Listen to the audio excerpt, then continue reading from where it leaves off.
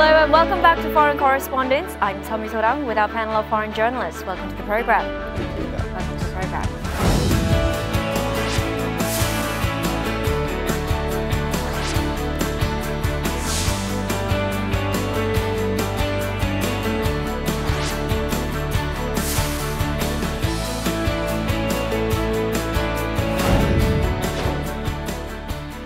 Now, the 11-act South Korean art troupe wrapped up their Pyongyang performance with 2 concerts in April 1st and 3rd. How did you see the performance? I thought it was great. I saw the one that took place on April 1st. I thought it was really interesting, a little bit odd sort of official atmosphere for the concerts, but I thought it came across well. Came across well? What about you? I think that's absolutely fascinating to see South Korean artists being able to perform in front of a North Korean audience, in front of Kim Jong-un, to see the reaction of the North Korean audience and public and Kim Jong-un. That was really impressive, I think. Annalise? I was pretty surprised at how normal it seemed, actually, considering all of the build-up to it and the expectations. And but it actually didn't seem that different from a concert in Northeast Asia, where the crowd doesn't really go crazy, you know. Right. All right, so this week on Foreign Correspondents, the topic is the South Korean art troupe delegation to the north.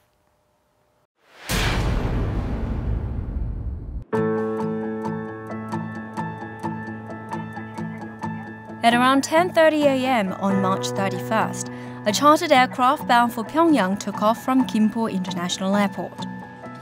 Inside were 120 members of a South Korean art troupe and Taekwondo demonstrators leaving for their Pyongyang performance. 공연 제목 봄이 온다처럼 정말 한반도에도 그런 평화의 봄이 함께할 수 있는 염원을 담아서 끝까지 최선을 다하고 돌아오겠습니다. 많은 응원 부탁드리겠습니다. 여기서 공연하듯이 또 북측에 가서도 편안하게 공연할 겁니다. The South Korean art troupe's Pyongyang performance was in reciprocation to that of their North Korean counterparts who performed during the Pyeongchang Winter Olympics. 오늘은 우리가 하나라는 것을 느끼면서 마음 깊이 감동할 수 있는 그런 시간이 되었으면 좋겠습니다. On April 1st and 3rd, the South Korean art troupe performed in a large 12,000-seat hall. The North Korean audience reacted with enthusiasm, clapping and cheering on the performers. The concert venue was also attended by a surprise guest, with North Korean leader Kim Jong-un and his wife Lee Seol-ju taking seats to watch the performance. After watching the performance, Kim Jong-un emphasized the need for further cultural exchanges between the two Koreas, proposing another concert in Seoul later this fall. 거기에 계신 북측 많은 분들이 호응을 엄청 잘해주셨어요. 박수도 많이 쳐주시고 마지막에 선배님들과 노래를 이제 부르는데 북측 분들도 같이 부르시더라고요. 같이 환호를 해주시면서 같이 부르는데 뭔가 우리가 한 민족이라는 게 너무 느껴져서 너무 감격스러워서 눈물이 났던 것 같아요. It is hoped that further InterKorean exchanges can take place following the South Korean art troupe's performance in Pyongyang as we lead up to the historic summit between President Moon Jae-in and North Korean leader Kim Jong-un.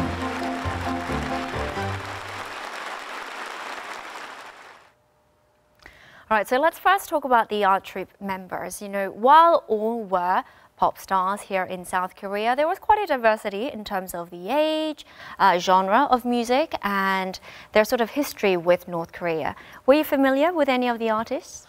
Well, I'm most familiar with Red Velvet, which I ended up doing a piece on in the run-up to this diplomatic exchange. But they were the youngest artists. Yes. So there is a member of Red Velvet that is 19, but then this art troupe also had folks in their 60s. And so this was quite a range. There was also YB Band, which is a famous rock band from a few decades ago, but still well known, right? And so the range was interesting and well put together. The thing about Red Velvet, I thought that made it very interesting for that group is that it opened up this whole diplomatic and geopolitical struggle to a lot of K-pop fans who weren't familiar with it, and so suddenly a lot of their fans were pulled along with this journey to North Korea. So. Right.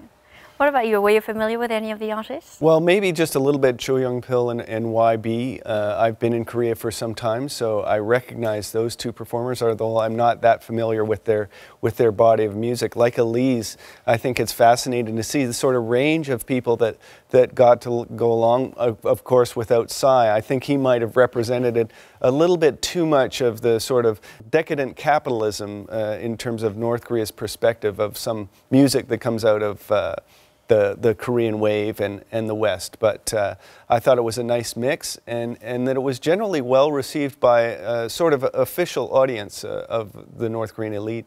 What was really interesting to me to see how sometimes the North Korean public was a bit stone-faced. For example, when Red Velvet performed, usually in South Korea the crowd would get wild, but in North Korea they applaud very politely. And one of the images that still struck me today was to see the South Korean Minister of Culture holding hand with Kim Jong-un, which is a general that is accused in South Korea of having orchestrated the Cheonan attack. And to see these two guys holding hands, standing and singing the song together, that was really, really interesting. So that stood out for you, that moment? Oh yeah, definitely. Yeah. So what sort of criteria do you think was employed in selecting who got to be part of the South Korean art troupe? Well, it's interesting because we thought there was going to be a lot of rules about what they could sing and which artists could go. What they could wear. And what they could wear. And then ultimately, after the first performance, there were news reports that came out that said North Korea was not very strict about their repertoire and what they could perform. And so I think, you know, South Korea's organizers probably deliberately had some rules about, hey, dress conservatively, don't go nuts and bare your midriff. This is North Korea, after all, it is a totalitarian state. And then, you know, there was talk about the South Koreans being interested in bringing perhaps their greatest international K-pop star, Psy, up to Pyongyang, but that not working out for whatever reason. I'm not clear whether that was because of North Korea or because of South Korea and Psy and his management group making that choice. So that's still yet to be explained. A couple of performances that I really liked were Chae Jin-hee and Lee Sun-hee. Lee Sun-hee.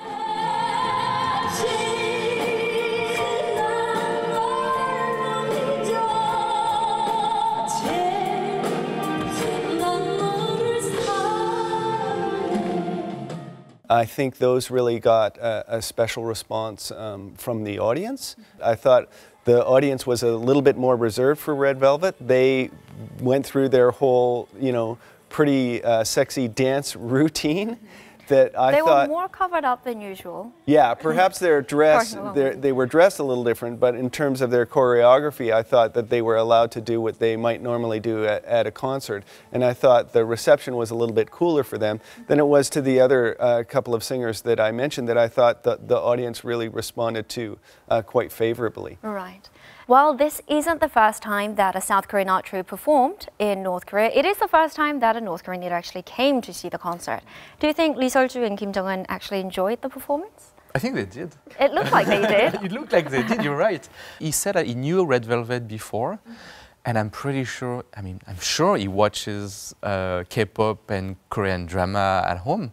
Do you think Kim Jong-un had any input in who was selected to perform? I don't know. I think that's a good question. I know that there was, or heard or read reports that there was some involvement of North Korean in terms of Psy's exclusion from visiting Pyongyang, but I'm not sure about the other artists. I think that they were generally well received. It was a good concert. I mean, South Korean performing arts is consumed by people around Southeast Asia and the world for a reason. It's good.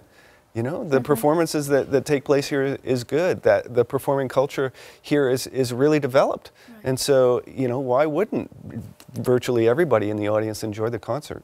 Do you think any members of the audience might have felt a sense of aversion Maybe to this new music? We have no idea what the people in the audience feel, but we also don't know, beyond the fact that they were elites and officials, who those individuals were. I think that's what makes it really interesting for us Westerners or foreign media to kind of watch this, because really what's arguably more fascinating are those people in the audience and what they've been exposed to, what's their context. You know, like when we go to a concert, we often know the range of music within a certain genre, or we know the history of the group and all of that. What is the context for a North Korean elite? How much exposure to what's typically banned South Korean art and pop culture have they actually gotten? And what I suspect is quite a bit, you know, because this is all available in the markets and through you know, black market trading and all that. And I think they have to be careful. You know, in North Korea, you always watch each other all the time. So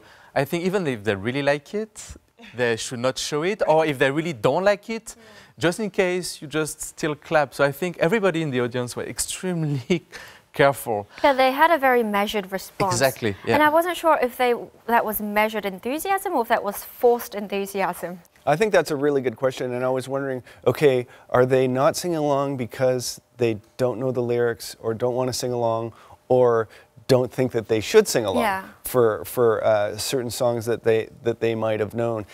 You mentioned this before, but singer Cho Yong-pil and Lee Sun-hee, they probably had more resonance with people in the north because perhaps they're more of a similar generation to the North Korea's audience there. Which artist do you think resonated the most? Exactly, the one you said. And I think that's another thing that is absolutely fascinating. And I think that's why this concert is so good, because it shows to North Korean how South Korea is changing. And there was one artist, he was just singing with his own guitar, singing some songs, and I could feel that the exactly. Yeah. This is South Korea now. This is how diverse we are. This is how different we are from you. And this shows as well that maybe you need more exchange because the two Koreas are somehow diverging in terms of culture, even of language. So this is why it's so important. And I think they're probably very surprised to see what the new South Korean artists are doing. I think that's one of the goals here in sort of unification education that they're trying to do here in South Korea and perhaps with the exchanges in North Korea. They recognize this difference that has taken place, this gap developing between the cultures of the two countries, and they want to educate both sides to those changes and help through that bring them closer together. Okay, now let's talk about the South Korean media. Now there have been mixed reactions from the South regarding the performances. Some say it helped further alleviate tensions in the Korean Peninsula, while others say it was just for a show, it was a good show and that's that. What's your assessment? Tough thing about cultural diplomacy is that it's just like soft power. You can't get a really clear black and white metric on it, right? But little by little, proximity often breeds familiarity, and familiarity can breed friendship. And so I'm generally a supporter of sports exchange and cultural exchange, even though we can't measure like, oh, this happened and then this happened directly. You know, it's not going to work like that. It's going to work through this additional interface and familiarity. We're not going to go from here to the complete, verifiable, and irreversible denuclearization of North Korea, but it will, I think, help build trust between the two countries. All right. Now, this April concert marks the first time in 13 years that South Korean artists have performed in Pyongyang following singer Cho Yong-pil's solo concert in 2005. So for this next video, we'll take a closer look at previous cultural exchanges between the two Koreas.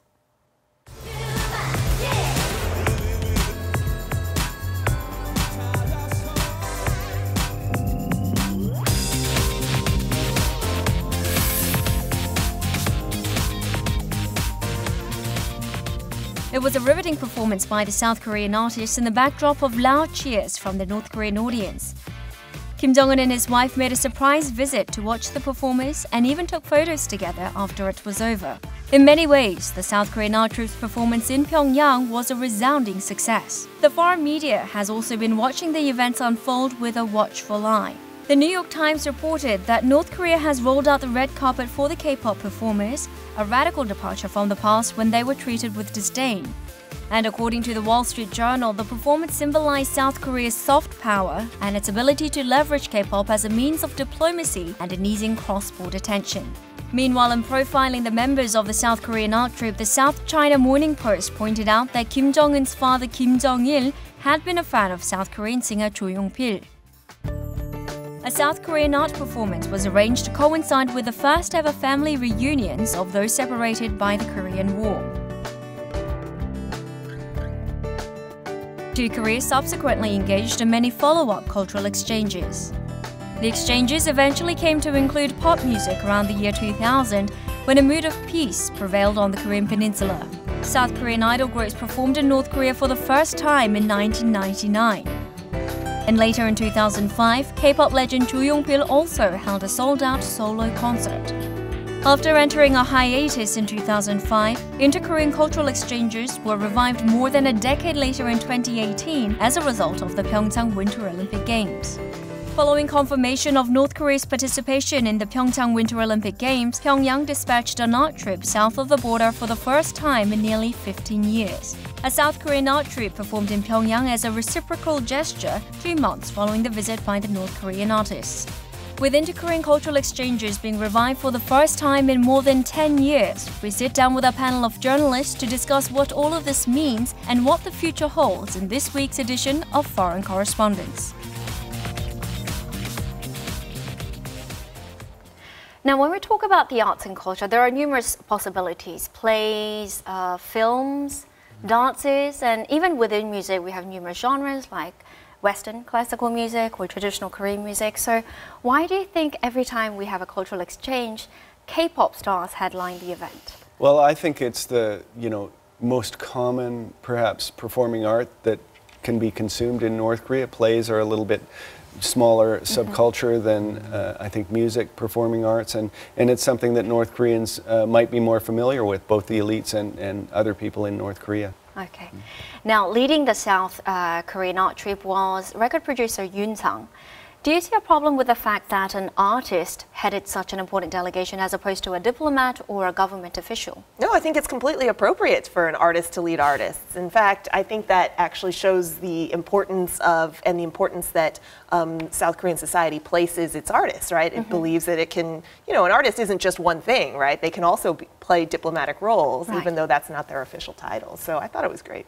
I'd be more worried if it was a politician in charge that didn't know anything about organizing a concert and that type of thing. And I would, also suggest that it might, indicate more of a politicization of the entire event by having an artist take control of it. Then it kind of, I think, subsumes the political nature of the event and maybe places the performers at ease a little bit. Right. Yeah, and Yoo Sang made a very interesting declaration. Before leaving, he said, I want to impress the North Korean public as much as we do in South Korea.